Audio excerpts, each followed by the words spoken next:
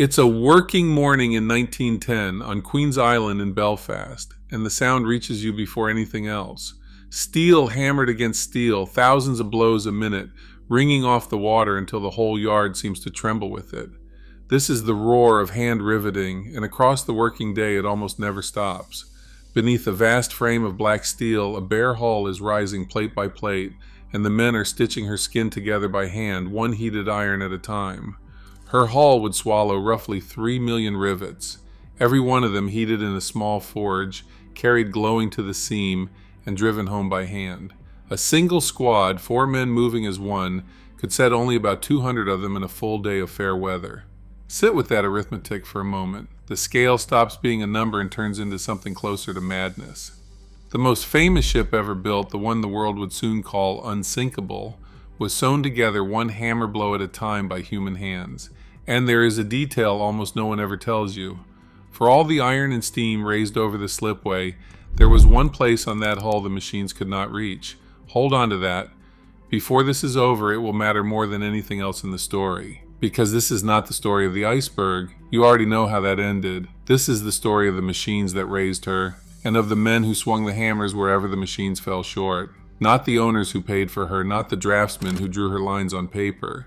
The iron itself, the gantry standing over the slip like a cathedral of girders, the hydraulic riveters that hammered down her long flanks, the rivets beyond counting, most of them set by nothing but muscle and heat. Over the next half hour, we are going to raise her from the ground up. We begin with the yard they had to tear apart and rebuild just to hold her. Then the great gantry lifted above the slips. Then the hull and the endless rivets that skinned it. The morning she slid into the water, bare and unfinished.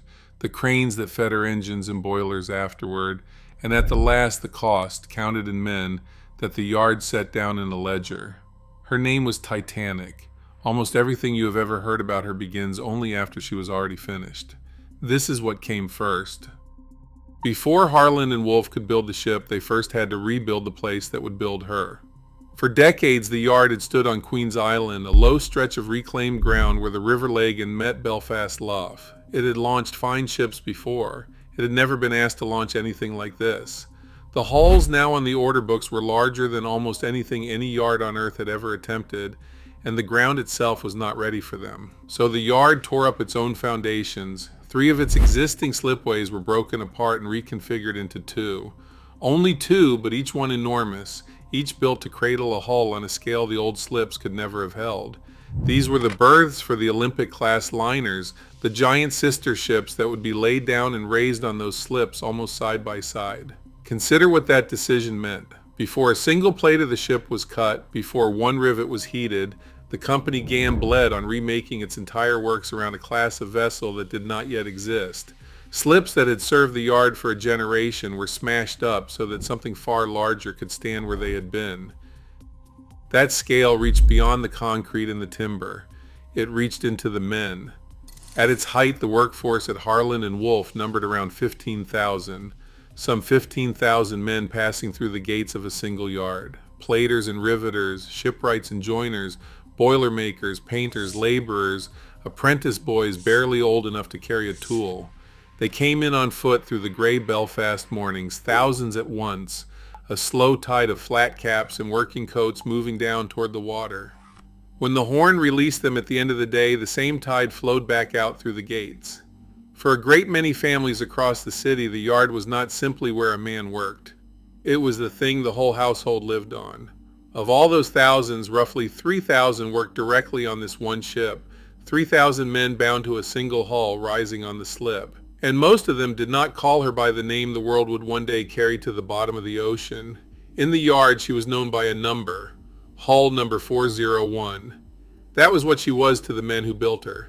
A job number, chalked and stamped and entered in the company's books. One hull among the work in hand. Everything the name would come to mean was still years away and far out to sea.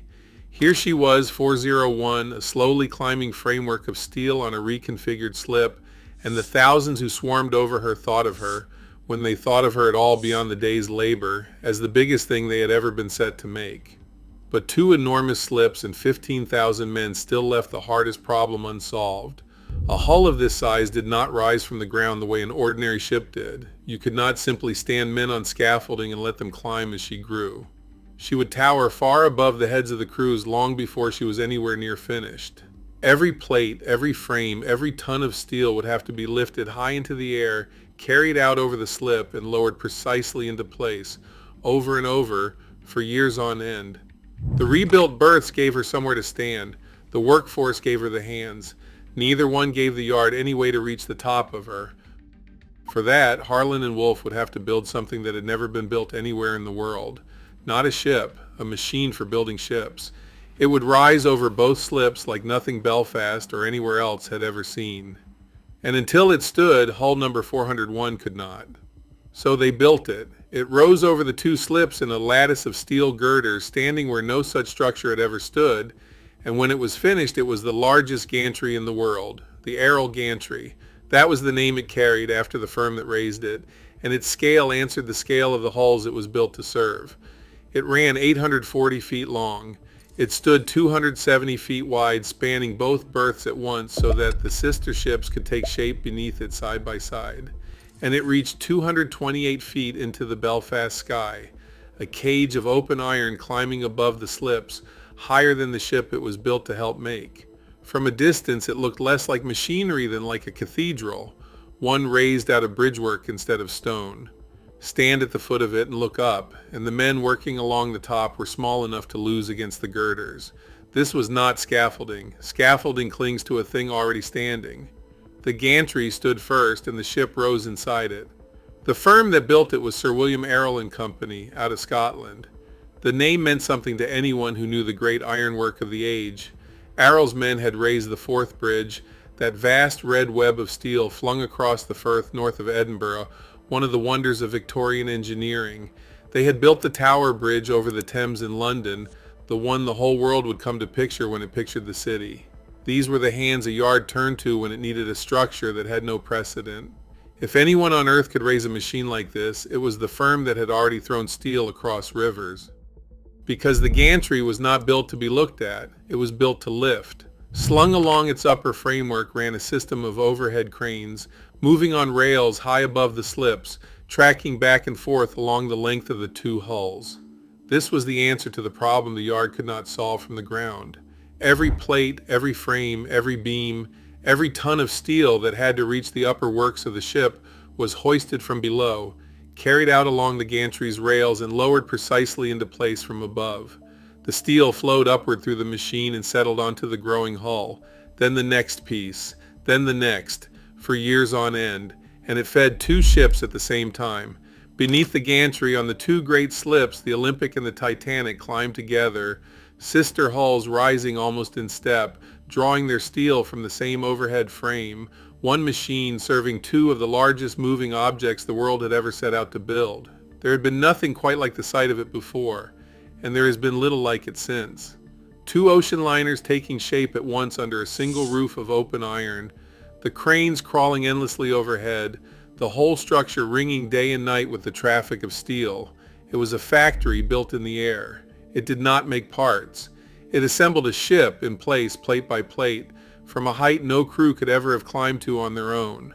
The rebuilt slips had given the yard the ground. The gantry gave it the reach. Together they made it possible at last to raise a hull on the scale the order books demanded, but the gantry only carried the steel and set it. It gave the ship her frame, ring by ring, until the shape of a hull stood where an empty slip had been.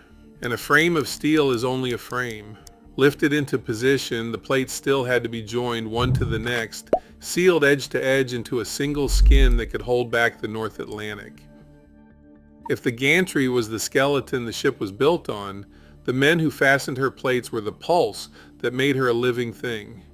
And they did that work not with the great machines slung overhead, but by hand, one heated iron at a time, driven home again and again and again.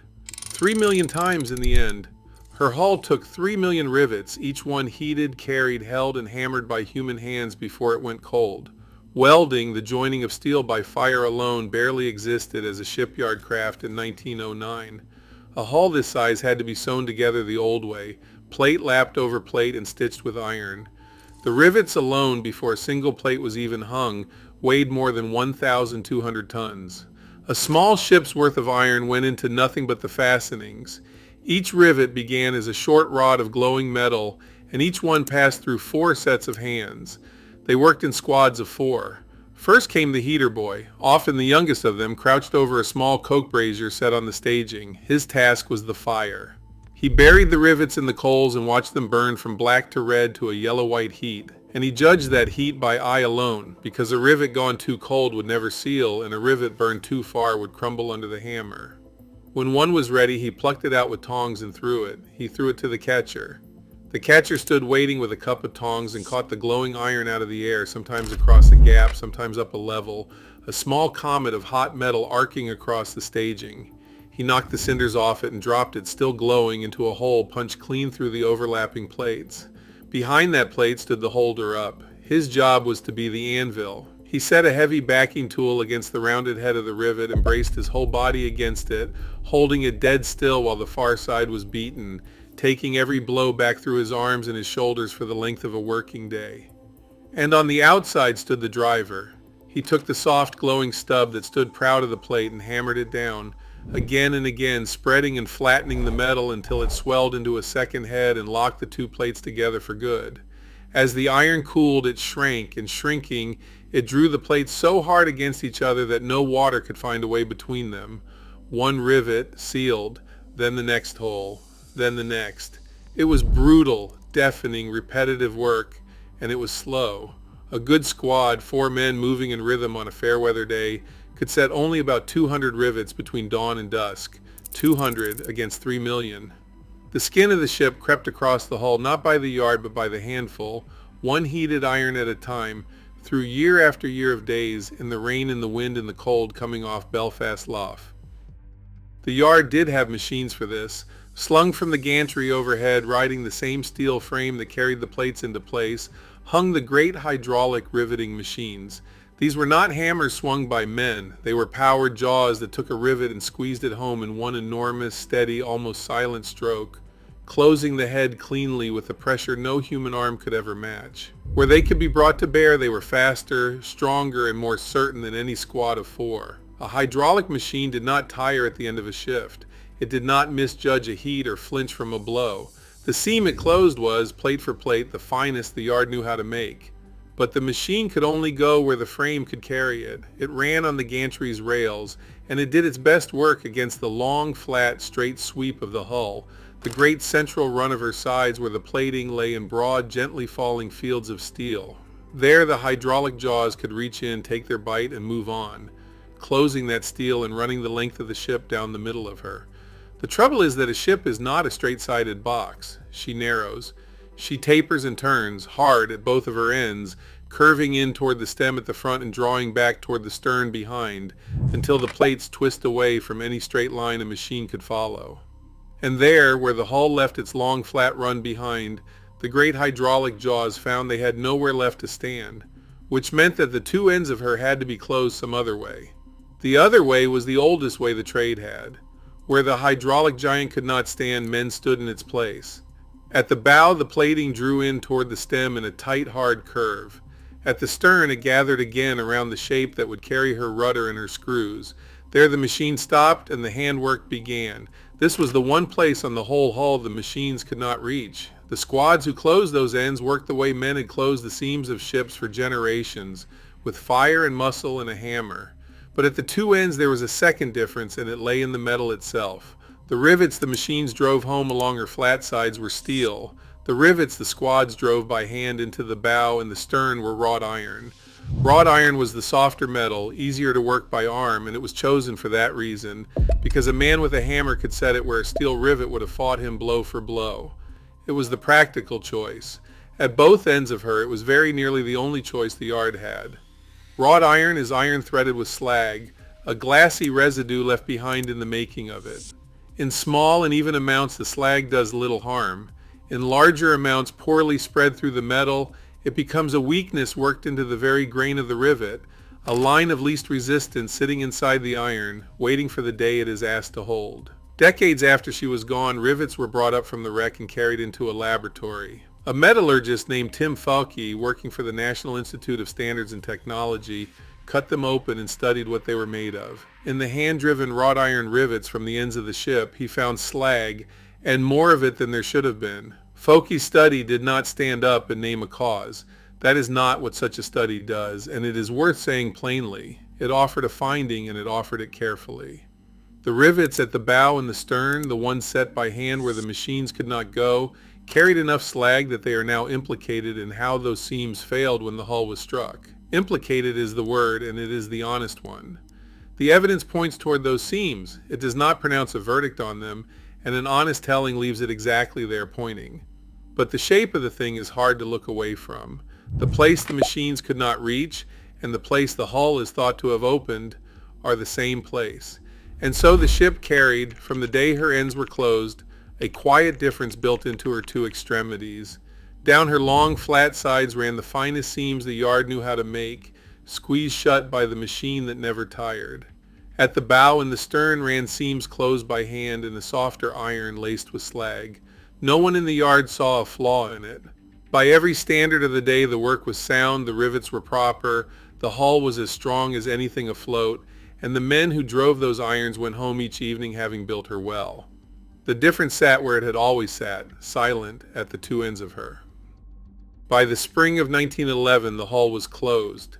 Every plate hung, every seam driven, the long steel shell of her complete from the keel to the top of her sides. She had been built standing on the land, held up by timber and by the great frame above her.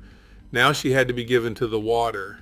The date was the 31st of May, 1911.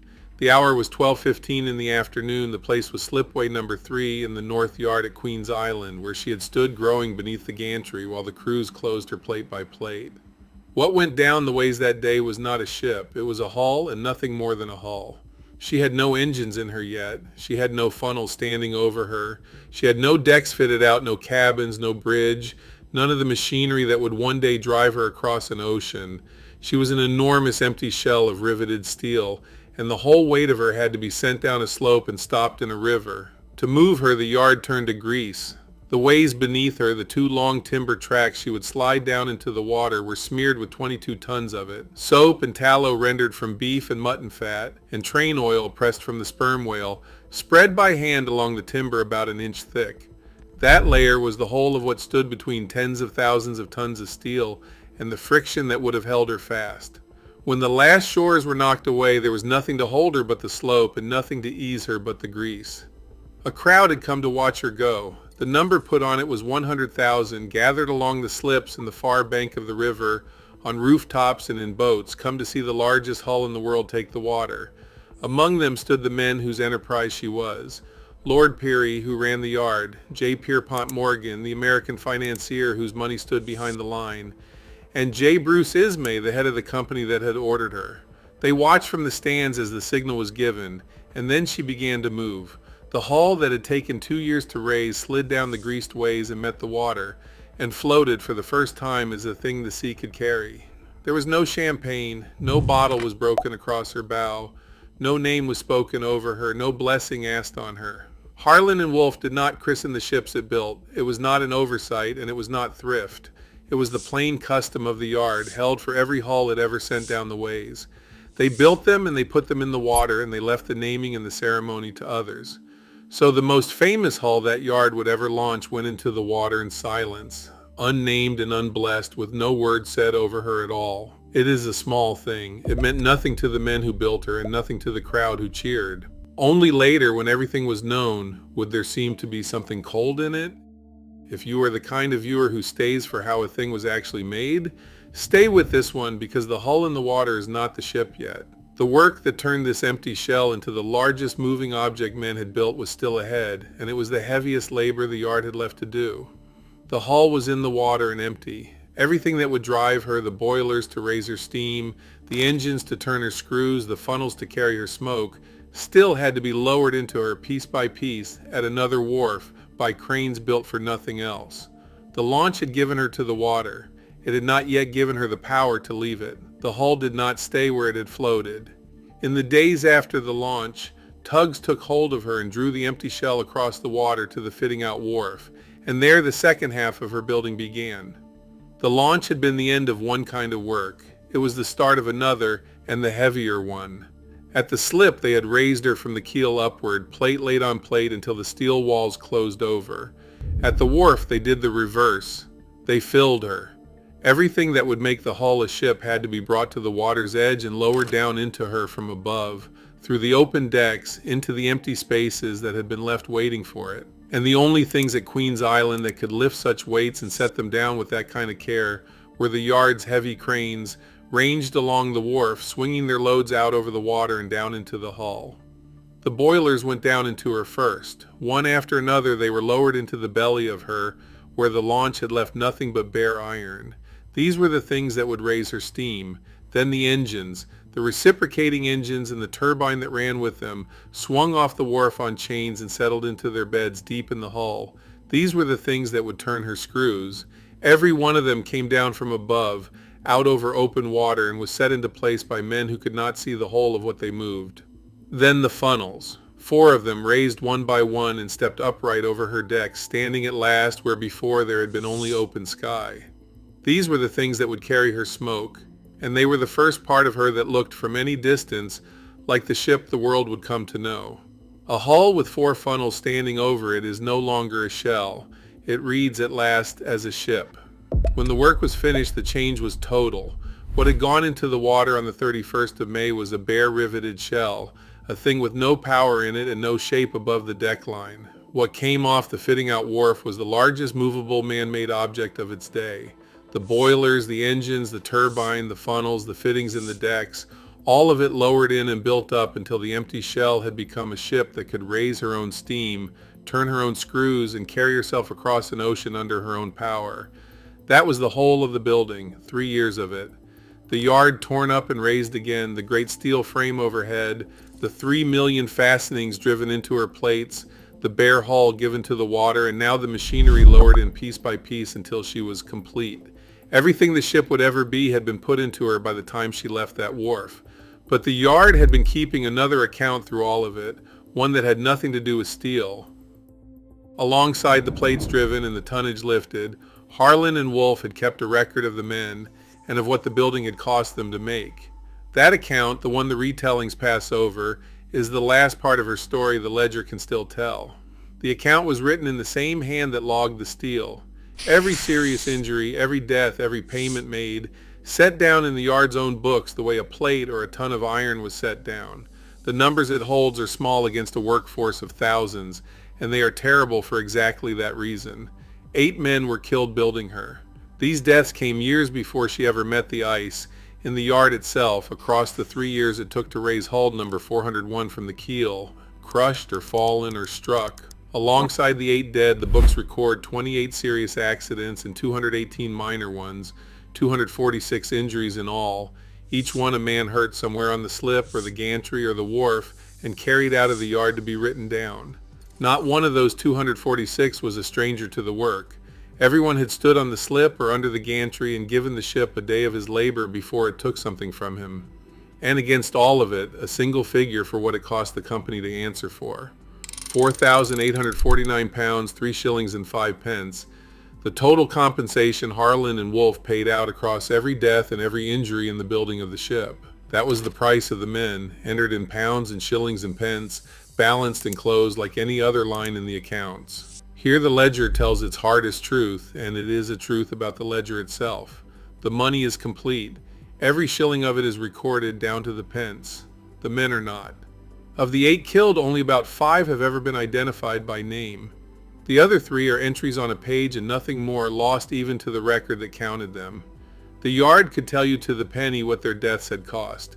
It could not in the end tell you who they were. The account that survived most completely was the one written in money. That is the yard's account of her. There is one more. Go back to the beginning, to the roar under the great gantry, to the squads driving iron into her plates by hand. The machines did most of it. The long straight run of her hull was shut by the hydraulic giant slung overhead fast and true.